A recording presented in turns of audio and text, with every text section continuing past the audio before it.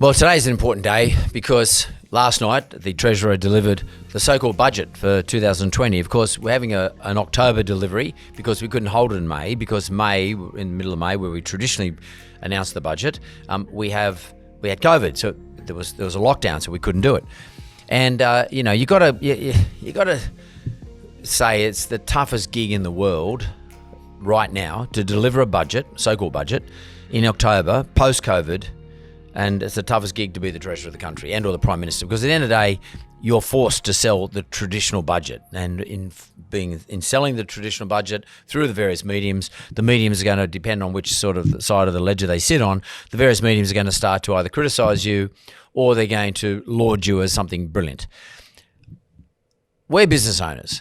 What are we interested in? Well, at the end of the day, we would love to have something that fits all people for all years, for the next 20 years, but we're not going to get that. Right now, this is not a normal budget. In actual fact, the way I look at it, we shouldn't even look at it as a budget.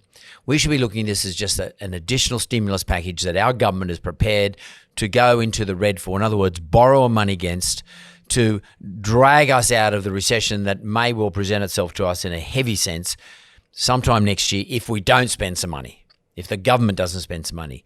And by the government spending some money, hopefully they incentivise us to feel more confident as business people for us to spend money. And so we have what they call the multiplier effect, where we multiply the effect of the initial money spent, so much so that over time we enter into a recovery. In other words, we get out of the so-called recession and put ourselves in a positive GDP territory.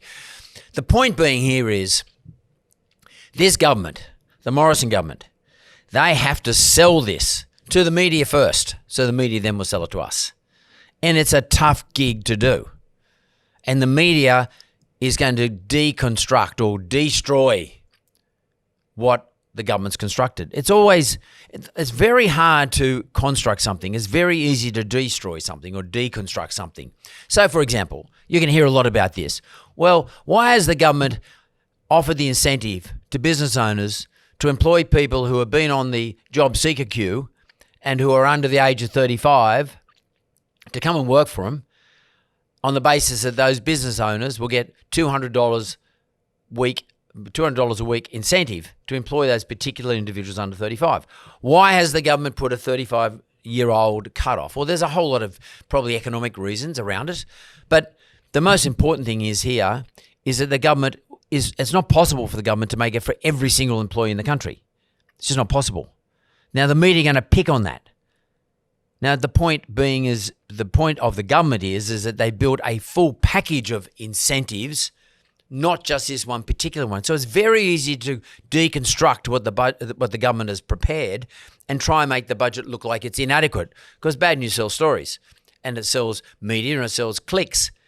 So I'm saying to you, as the small business community, don't get sucked into this media. Don't get sucked into thinking, oh, well, hang on a minute, this is not such a good budget. Ask yourself the question right now.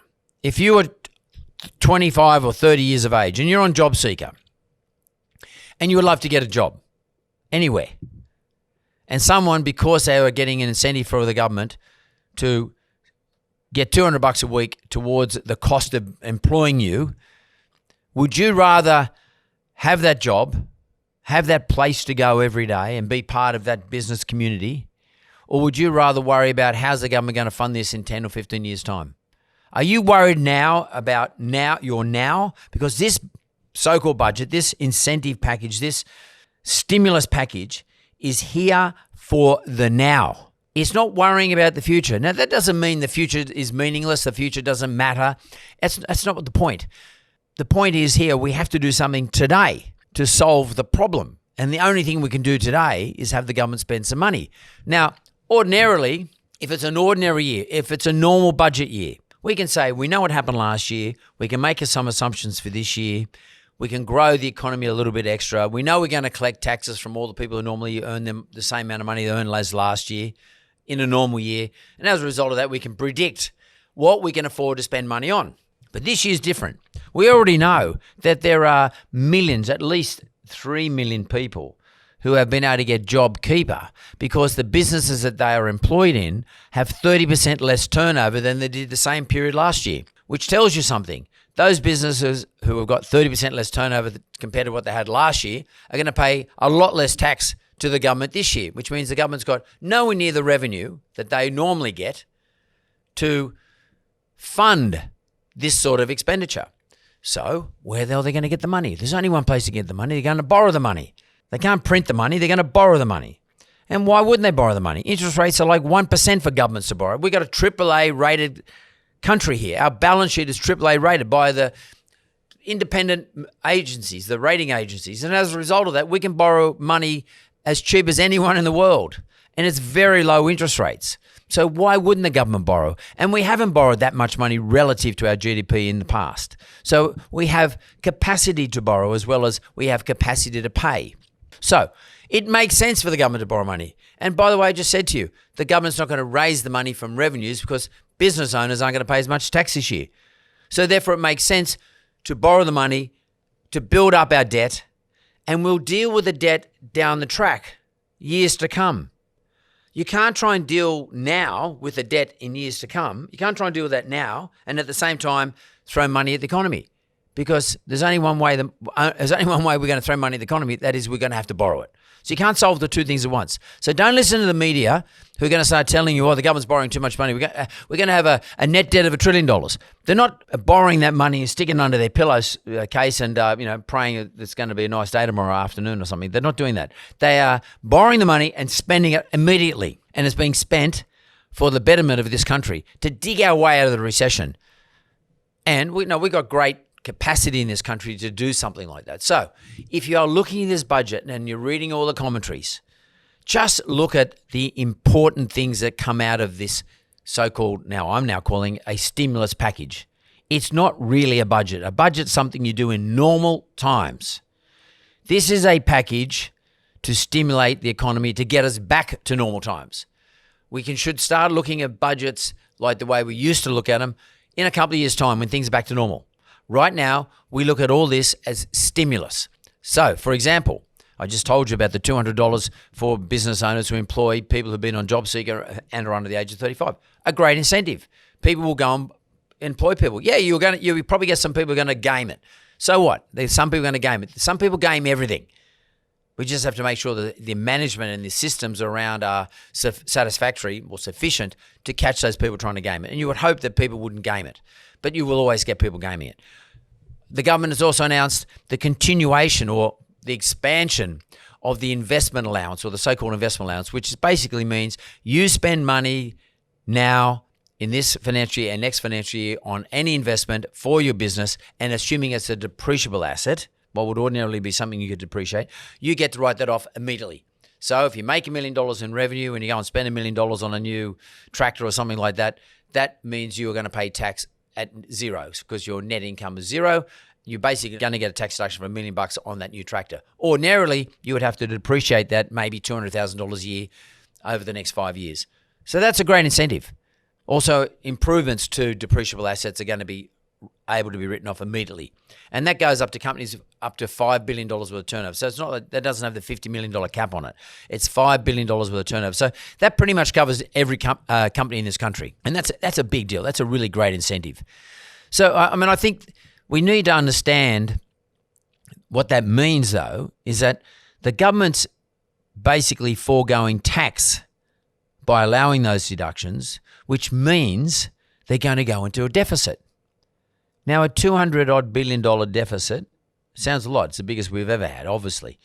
But this is going to be the biggest recession we've ever had as well. This is going to eclipse all other recessions unless we do something about it now. So we've got to stop berating the government. So we've got to stop second-guessing them. We've got to stop analysing their sell. Maybe they should just stop selling it, but just got to stop analysing their sell and get behind it and start investing money. Ears pinned back, arse up in the air, and let's do something ourselves instead of sitting back, arm-chairing the government and criticising them. I mean, if the Labor Party was in, they'd be doing something similar. Any government will do the same thing. The tax breaks, bringing forward tax breaks. You can't bring forward tax breaks for everyone, okay? You just can't.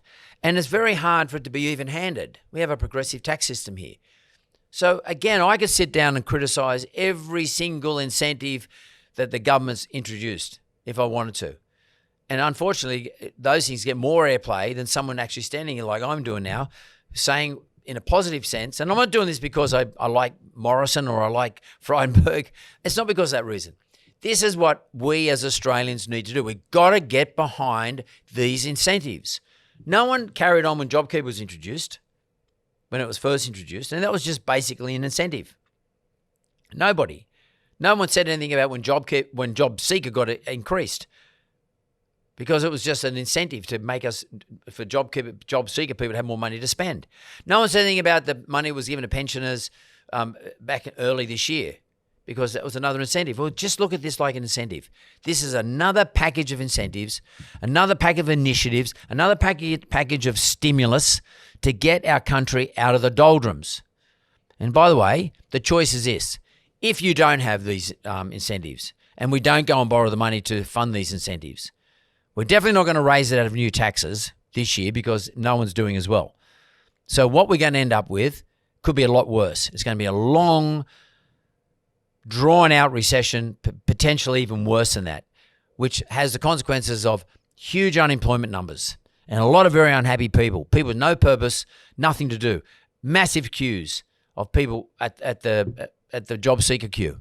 And because this goes on for a certain period of time, over a long period of time, the government is not in a position then to start throwing money around the place. Maybe Australia could even lose its AAA rating, which means we can't borrow money at the same interest rate we're currently able to borrow. So for me, this is smart economics that this government's done. Unfortunately, we need politicians to sell it. And politicians aren't the greatest salespeople in the world. That's why they're politicians.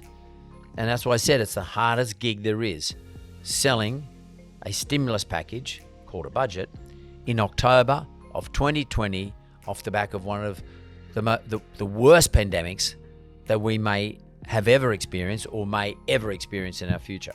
So cut them some rope, give them a chance, and get behind it.